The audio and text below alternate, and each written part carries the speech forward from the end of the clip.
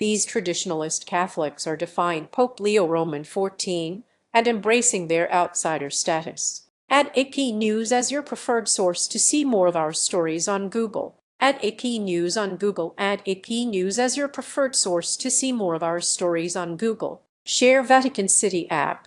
A breakaway group of traditionalist Catholics will challenge Pope Leo XIV authority next week by consecrating 4 bishops without his consent. Rather than shying away from the confrontation, the Society of St. Pius X seems intent on embracing its notoriety. The group, which celebrates the traditional Latin Mass and rejects the modernizing reforms of the Catholic Church, is planning a highly organized, 4-day, live-streamed extravaganza for the consecrations at its Swiss seminary, complete with a souvenir wine set offered to those attending. The July 1 event, nearly 4 decades after the group first became a thorn in the Vatican's side, suggests it is leaning in even more ardently to its schismatic status for a new generation of Catholics who prefer their masses in Latin and don't mind that their bishops are out of communion with Rome. To me, they look really like traditionalism 2.0, said Massimo Fagioli, professor of theology at Villanova University,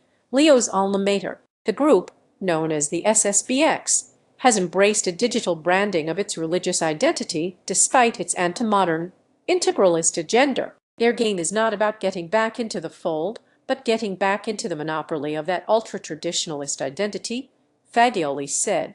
An initial break with Rome, the SSBX was founded in Icone, Switzerland, in 1970 in opposition to the reforms of the 1960s Second Vatican Council, the church meetings that, among other things, allowed Mass to be celebrated in the vernacular rather than Latin. The group first broke with Rome in 1988, when its founder, Archbishop Marcel Lefebvre, consecrated 4 bishops without papal consent. The Vatican promptly excommunicated Lefebvre and the 4 other bishops, and the group today still has no legal status in the Church. Yet, in the decades since that original schismatic act, the group has continued to grow, with schools, seminaries and parishes around the world and branches of priests, nuns, and lay Catholics who are attached to the traditional Latin Mass. Read more. The growth poses a threat to the Holy See since the SSBX amounts to a parallel, ultra-Catholic Church. Today the SSBX counts 2 bishops, 733 priests, 264 seminarians,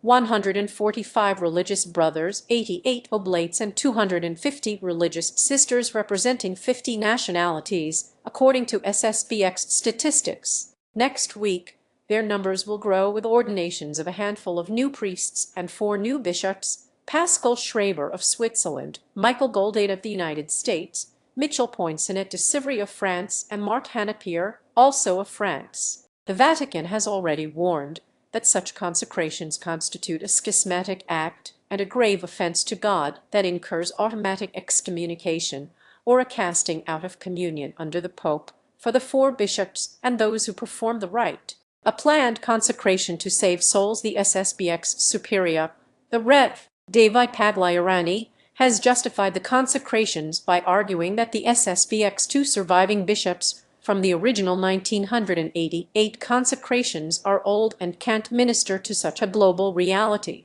He has invoked what he calls a state of necessity to save souls. For the SSBX, the post-Vatican Roman II Church is awash in heresies and has strayed from core tenets of the Catholic faith. After Pagliarani announced the consecrations, the Vatican invited him for talks. But the same theological and practical problems that have prevented rapprochement for 50 years left the two sides at an impasse. In announcing the names of the 4 new bishops last month, the SSBX insisted that it is not seeking to claim power or jurisdiction from Leo or establish a parallel authority within the Church. The ceremony of July 1st will have no other purpose than to ensure the continued administration of the sacraments of holy orders and confirmation, together with those sacramentals reserved to bishops according to the traditional rite of the Holy Roman Church and the immemorial faith, the SSBX statement said. The website for the event suggests months of preparation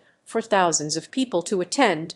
Registered participants can book accommodation at more than a dozen nearby hotels and family homes. They can request carpooling options from more than 100 locations. and prepay daily lunches via a festival-style wristband. And then there is the wine. Registered participants can take home a memory of this historic event by purchasing a limited edition set of 4 bottles of wine. Each bottle features a bishop-themed label, an image of a bishop's pointed mitre hat, his ring, cross, or crosier staff. The 75 Swiss franc $92.50 QV des Sacres gift box, Pinot Noir, Syrah, Petit Arvine, and Fendant, is available for pickup on site. That level of organization suggests they never had any idea of walking back the plans, Fagioli said. The Pope seems okay to move on. The consecrations pose a direct challenge to church unity and Leo's authority, since papal consent for new bishops is a fundamental expression of his authority and is required to guarantee apostolic succession, the lineage of bishops from Christ's original apostles. The American Pope, however, seems resigned that the ceremony will go ahead and that the SSBX will suffer the consequences. Leo said last week he was considering a new appeal to the SSBX to back off its threat, but it is their choice. We need to realize what this means for them and for the Church, Leo told reporters. Division among Christians, he said, is always painful. However, they refuse to accept certain fundamental elements of the Church, starting with various points of the Second Vatican Council. And while I regret that choice, we must move forward.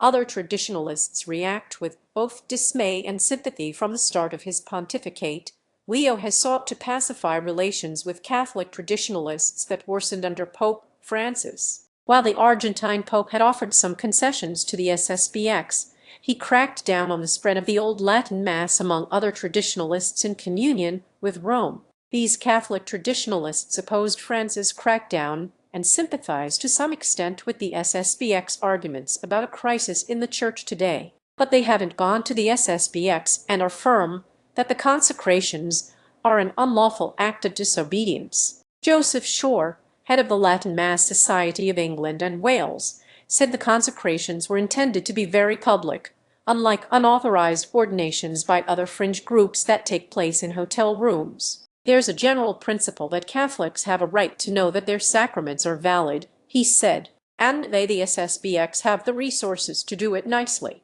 Luigi Casalini, of the Messer in Latino Latin Mass blog, said the consecrations are grievously unlawful and that the SSBX claim of a state of necessity to justify them is unfounded. But he also accused the Vatican of a double standard, threatening SSBX bishops with excommunication for their ultra-Orthodox deviation from Rome, while actively negotiating with German bishops